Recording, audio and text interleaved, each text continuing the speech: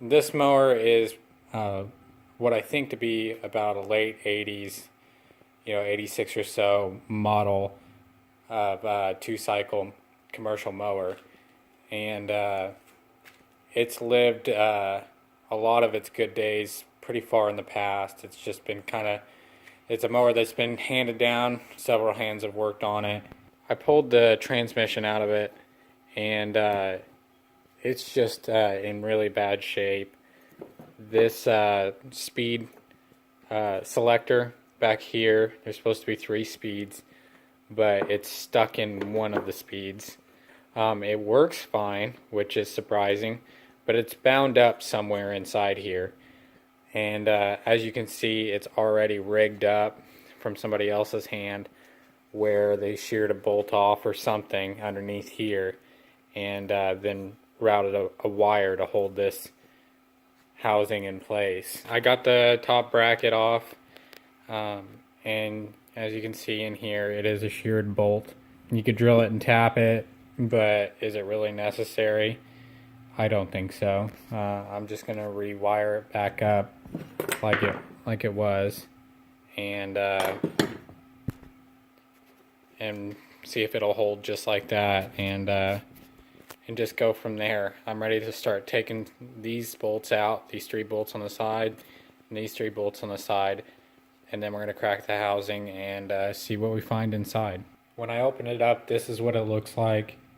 I couldn't really figure out what was wrong with the shift link, but it was stuck in high gear, and even a pair of vice grips wouldn't even move it.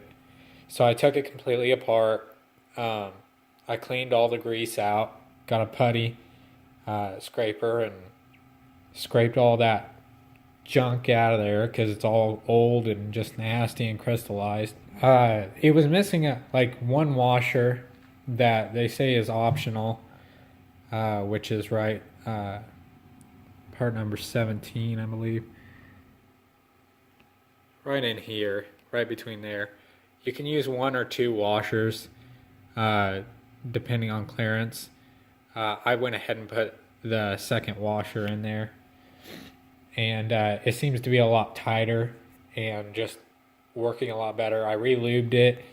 Here's the thing, is I went to Toro, and I asked him, because this gearbox calls for lithium grease. Guy goes to the back and grabs this big old thing of multi-purpose extreme pressure grease. The thing is, he brought it out to me, and it's in this big thing like Lucas oil. I'm like, this looks like more of an oil than a grease. I mean, it says grease on it, but this is an NLGI 0, and what it calls for is an NLGI number 2. Okay, and this is the number 2 stuff. This gearbox is not completely sealed, so you have to be really careful what you put into it, or it's just going to leak out. This is way too thin of an oil to be thrown in here. Guy at Toro said that he puts it in all Toro gearboxes. That kind of concerns me.